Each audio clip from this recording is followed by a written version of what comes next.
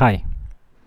So when we discuss about SQL injection attack, we need to understand that we can attack a web application where it is using an SQL database. Okay, so if there is any database applications involved into a web applications, then SQL injection attack can be done. So what is SQL injection? It is a code-based injection technique which is used to destroy the hosted web application database, okay, or also to get access to the web application. The example could be any website where you have username and password and you want to get access to the system, then we use SQL injection. SQL injection is one of the most common hacking techniques that the attackers are using it to compromise the web applications.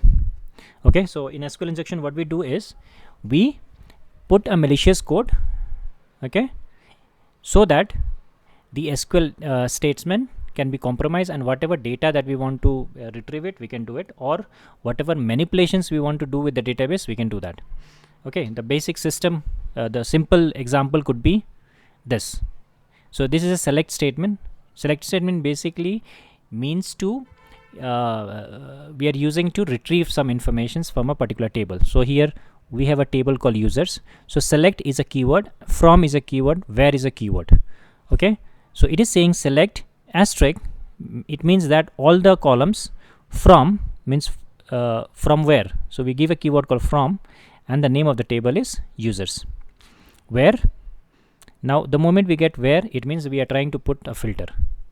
Okay, so we don't want to get it all the users, we just want certain users where username is this and password is this. Okay, in the backend you might be seeing something like this. So select star from users where username and whatever value that you're providing from the user side, or maybe from the website where username and password you need to fill in. So it could be like this, and there could be a password like this. Okay, so if you see the last query, all right, if somehow you can manipulate the inputted value and you are able to put some keywords like drop table suppliers or drop table something like that, it can also execute and remove the tables which is there in the.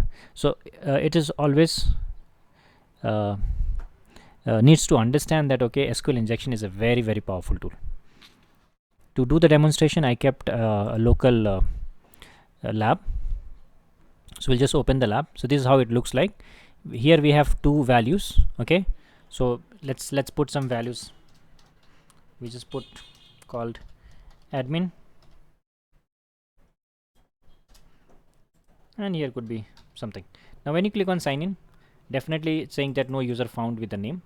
Okay, I know what is the real name. The real name is like I kept it a name and email ID. All right, and when I click on sign in, oops, I didn't got anything. Why?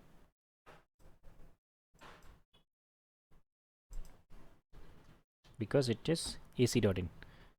all right, so name I kept it this and password I kept it here like this. So if I click on sign in, then you'll see there is some values coming up.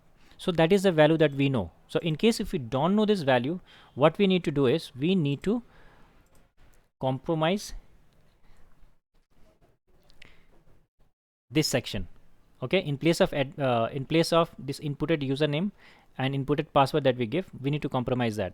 And to do this, the malicious code looks like this. So we put a single quote just to close the let me just go with this, close the opening. So you are having a single quote here. So if you put a single quote, then it's saying the username is equal to, means without any value. All right, so both the single quote opening and closing, it is getting closed. And I'm using another keyword called or. Okay, it means that my comparison, the filtering which is happening, if that condition is not satisfied, then if this is also condition is satisfied, then also return the value. So here I'm using a single within single quote 1 is equal to single quote 1. So I'm not closing this one. The reason is because there is already a there is already a single quote in the in the query itself. All right, so we'll just copy paste this one and put it in the second query also. Okay, and click on sign in. Now you'll realize still you are getting the value. Oh, you might be thinking that okay, that's an old value. Let me just close this. We already had the text, paste it. So now it is showing no user found with the name. Okay, we are not using the name, username and password now, which we used earlier, and still if you click on sign in, we're going to get the value. All right, so this is just a basic SQL injection attack. I'm not saying that this is the most complicated SQL injection attack, but still you can use this. All right,